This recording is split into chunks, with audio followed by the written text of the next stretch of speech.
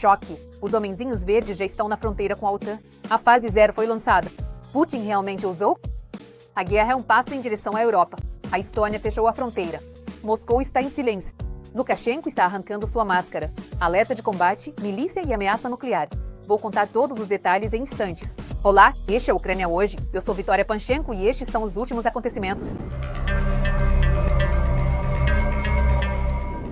As tropas de Putin já estão perto das fronteiras da OTAN. O governo russo iniciou uma nova fase de preparação para um possível conflito com a aliança, conhecida como Fase 0. A presença dos chamados Homens Verdes na fronteira com a Estônia indica a formação de uma base informacional e psicológica antes de uma possível guerra futura. Isso foi relatado pelo Instituto para o Estudo da Guerra. A Estônia fechou temporariamente uma estrada próxima à fronteira. Vale destacar que as autoridades do país esclareceram que não se tratava de guardas de fronteira russos e o Serviço de Guarda de Fronteira da Rússia chamou o incidente de medidas de rotina. Mais detalhes sobre as ações provocativas da Rússia perto das fronteiras dos países bálticos, a fase 0 e o risco de guerra entre a Rússia e a OTAN você confere a seguir na matéria. Os homenzinhos verdes de Putin já estão à porta da Estônia. Parece que o homem do bunker está preparando na Europa a Operação Crimeia 2.0. A mídia ocidental publica imagens onde é possível ver homens armados na estrada. Pela roupa, está claro que não são guardas de fronteira russos. Devido à ativação repentina de tropas russas desconhecidas nas áreas dos postos de controle entre a Rússia e a Estônia, o Departamento de Polícia fechou urgentemente as fronteiras orientais do país. Decidimos fechar a estrada para evitar possíveis provocações e incidentes. Nosso principal objetivo é a segurança da população estoniana. Conter P2, chefe operacional da Prefeitura do Sul. A segurança da própria população é a principal prioridade de todos os países bálticos. Assim, a Letônia, a partir de hoje, está deportando do país pelo menos 841 cidadãos russos. Estamos falando de russos que não conseguiram comprovar nem mesmo o conhecimento da língua letã. O país da União Europeia não quer mais ver a quinta coluna do Kremlin em seu território. A permanência desses russos na Letônia será considerada ilegal. O acesso deles aos serviços sociais será bloqueado. Se os russos permanecerem, estarão sujeitos à deportação. Madara Pokia é representante do Departamento de Cidadania e Imigração da Letônia. Devido à possível ameaça de ataque da Rússia à OTAN, a aliança está se preparando para evacuar 1.200.000 pessoas. Esse é o número de cidadãos, segundo as autoridades. Letônia, Lituânia e Estônia terão que fugir da guerra em caso de agressão por parte do Kremlin. Estamos falando de uma faixa de pelo menos 40 quilômetros ao longo das fronteiras com a Rússia e a Bielorrússia. Para a Lituânia, isso significa uma evacuação total. Até a capital entraria na zona potencialmente de linha de frente. No entanto, em Vilnius, estão certos de que esse cenário é pouco provável. Uma situação de emergência dessa magnitude dificilmente pode surgir de um dia para o outro. Ou seja, será preciso começar com algumas evacuações locais. Mas partimos do princípio de que, no final das contas, nossa capacidade deve estar preparada para evacuar todos os moradores de Vilnius, todas as 600.000 pessoas. Enquanto isso, na Estônia, que fechou suas fronteiras, estão se preparando para receber deslocados internos. Para isso, igrejas locais, escolas, universidades e arenas esportivas estão se preparando. Para isso, estão sendo disponibilizados transportes especiais, trens e ônibus.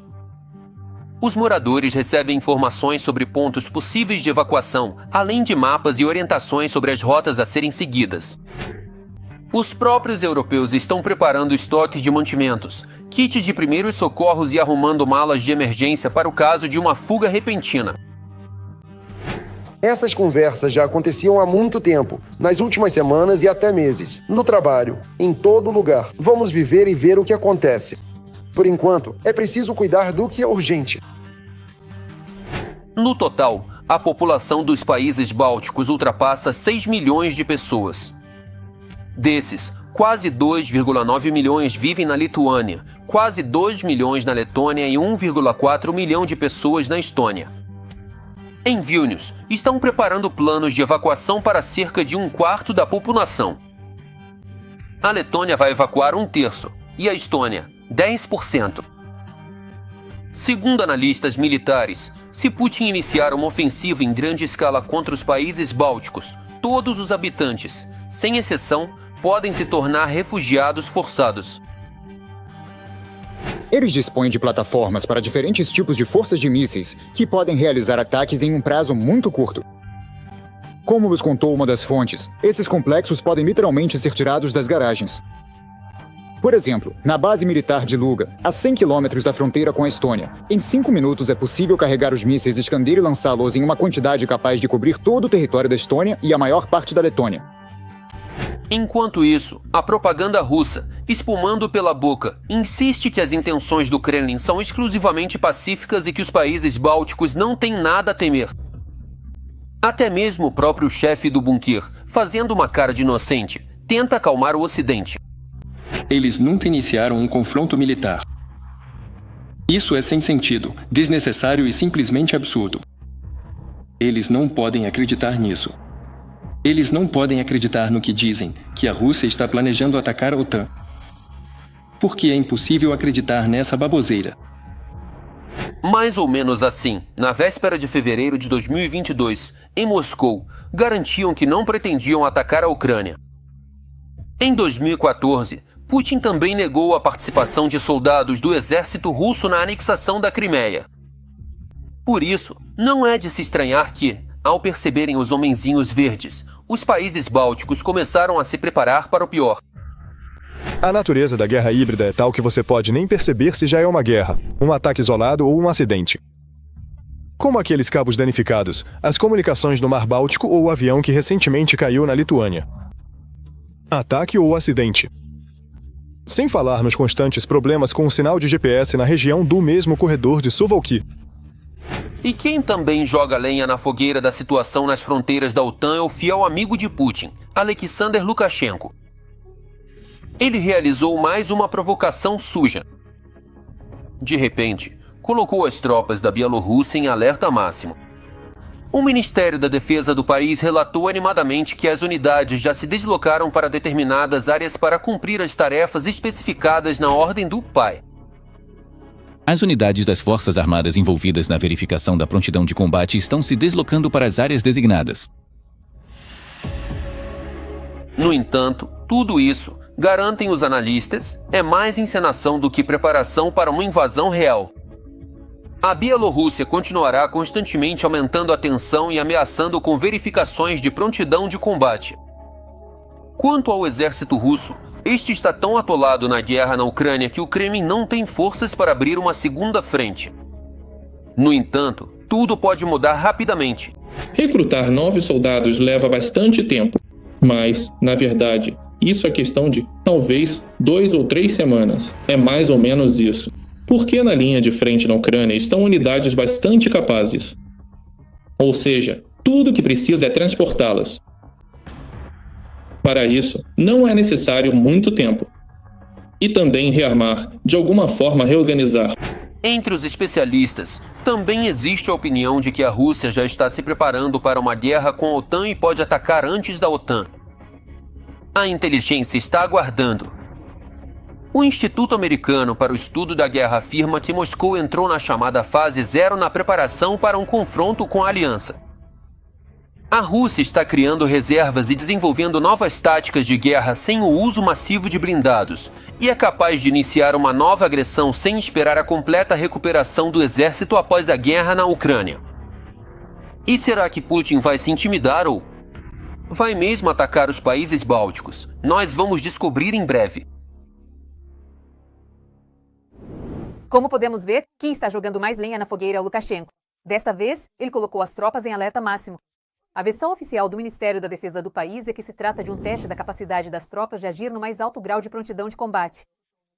No entanto, especialistas estão soando o alarme. Essas ações do governo da Bielorrússia são um sinal de alerta para os países da OTAN. O clima está esquentando gradualmente. Vale destacar que não há atividade próxima à fronteira com a Ucrânia, conforme afirmou o porta-voz do Serviço de Guarda de Fronteiras da Ucrânia, Andriy Benchenko. Ele destacou que a Bielorrússia vai continuar aumentando a tensão ou ameaçando com a verificação da prontidão de combate de todo o exército ou de partes específicas dele. Por isso, é preciso avaliar com sobriedade o que está acontecendo no território da Bielorrússia e, na verdade, se preparar para qualquer desdobramento dos acontecimentos. Para tranquilizar, não há nenhuma atividade perto da nossa fronteira. Antes não havia, e até hoje não há. Ao mesmo tempo, essa direção continua sendo uma ameaça para nós, como antes. Lukashenko precisava colocar não só a Bielorrússia, mas o mundo inteiro em alerta. O regime de prontidão de combate foi ativado, as juntas militares estão fervendo. Lukashenko está lançando a milícia popular, a Bielorrússia está fazendo barulho com armas e armas nucleares. A guerra dos drones está rolando com força total no país, mas o Batkal sabe mascarar isso muito bem. Será que Lukashenko está mesmo mobilizando o país? Veja mais no material a seguir. Choque! Lukashenko colocou o país inteiro em estado de alerta. Parece que meu pai está operando a máquina de guerra a toda velocidade. Em 7 de outubro, o Ministério da Defesa da Bielorrússia iniciou exercícios de prontidão para mobilização. Todas as regiões do país estão de pé. Sob a liderança dos chefes dos comitês executivos regionais, eles estão trabalhando na criação de tropas territoriais e uma milícia popular. O objetivo dos exercícios é aprimorar a coordenação das ações dos funcionários dos órgãos locais de administração e da organização durante a formação das tropas territoriais e dos batalhões da milícia popular. Os especialistas já estão soando o alarme. A Bielorrússia está, de fato, preparando um aparato de mobilização para a linha de frente. Em todo o país, estão sendo realizados exercícios teóricos e práticos, reuniões nos escritórios de alistamento militar, treinamentos para funcionários públicos e reservistas. Provavelmente, Minsk está disfarçando uma preparação em larga escala para uma possível guerra sob o pretexto de treinamentos. E mais uma revelação escandalosa. A Bielorrússia está sob a mira de drones, e Lukashenko permanece em silêncio. Uma investigação explosiva do serviço bielorrusso da Rádio Svoboda revelou uma verdade chocante. O céu sobre a Bielorrússia está repleto de drones. No entanto, o regime de Lukashenko esconde tudo cuidadosamente. Nos últimos 14 meses, foram registrados mais de 700 drones que entraram na Bielorrússia. Alguns voaram centenas de quilômetros, explodiram bem acima das cidades, e as pessoas nem sequer foram avisadas do perigo. Um drone chegou até Vitebsk, outro explodiu na região de Gomel. Em 29 de agosto de 2024, um caça bielorrusso derrubou um Shahed pela primeira vez, mas isso só foi reconhecido oficialmente após o vazamento de informações para a mídia. Lukashenko ficou 2 meses em silêncio sobre a queda do drone perto de Bobruisk e depois fez uma declaração descarada. Nós concordamos, por meio de canais com os ucranianos, que não iríamos divulgar na mídia os fatos de incursões de drones, tanto russos quanto ucranianos, em nosso território. Porque tanto uns quanto outros controlam mal esses drones. Primeiro, porque eles são novos para eles. E em segundo lugar, eles têm sistemas de guerra radioeletrônica que desviam os drones do curso. Em outras palavras, Lukashenko basicamente admitiu que está escondendo as reais circunstâncias da guerra dos drones. Especialistas dizem que a maioria dos drones é russa, e parte deles pode voar através da Bielorrússia por acordo entre os militares de Moscou e Minsk. Há até uma versão de que foram instalados retransmissores especiais na Bielorrússia para ajudar os russos a realizar ataques contra a Ucrânia. Além disso, o chefe do Departamento do Instituto Nacional Ucraniano de Estudos Estratégicos, Oleksiy Izak, destacou que todos os drones que entram na Bielorrússia e nos países da OTAN são russos. É impossível desviar um drone da rota a ponto de ele confundir Minsk com Lviv. Os drones russos não dependem tanto da guerra eletrônica a ponto de poderem ser desviados do curso dessa forma. Lukashenko e sua turma adoram fazer barulho com armas. Além disso, Belarus apresentou uma nova mega-arma na arena. Declarações bombásticas, cenas épicas e testes de resistência para o mundo. Cada vez mais parece que o Batkal está colocando o país em estado de prontidão de combate. No entanto, há nuances. Todos os detalhes a seguir na matéria. No último dia dos exercícios Zapad 2025, russos e bielorrussos decidiram impressionar o mundo com sua Wunderwaffe chamada Shafran. A mídia propagandista lançou a notícia na internet. Ainda no campo de treinamento de Borisovskis, ao norte de Minsk, foi testado um complexo móvel de laser de combate, capaz de destruir drones de pequeno porte a uma distância de 1 quilômetro. Tudo o que se sabe sobre eles são os parâmetros declarados pelo locutor: tempo de destruição do alvo inferior a 10 segundos e tripulação de 3 pessoas. Sobre o fato de que Rússia e Belarus estavam preparando um novo laser de combate para testes, os russos já haviam informado no verão de 2024. Os bielorrussos até fizeram uma reportagem do Centro Científico e Tecnológico LEM, que desde 2023 trabalha no desenvolvimento de tecnologias a laser. Os próprios engenheiros chamavam sua criação de hiperboloide e mostraram o primeiro protótipo montado. O sistema, criado na empresa bielorrussa, pode operar em conjunto com vários sistemas de radar. O sistema bielorrusso é instalado em contêineres especiais. O laser é mantido na plataforma diretamente no momento do uso e funciona em modo pulsado. Ou seja, detectar o pulso de energia só será possível no momento do engajamento ativo do alvo.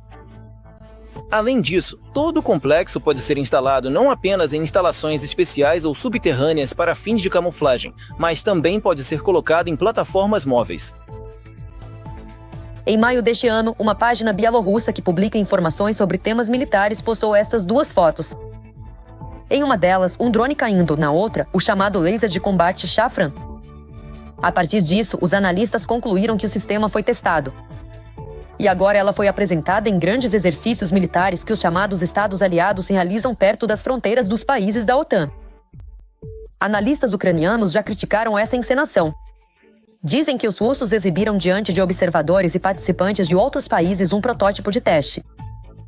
Além disso, como em outros projetos sem análogos, essa arma provavelmente é uma solução chinesa reembalada, conhecida como Silent Hunter.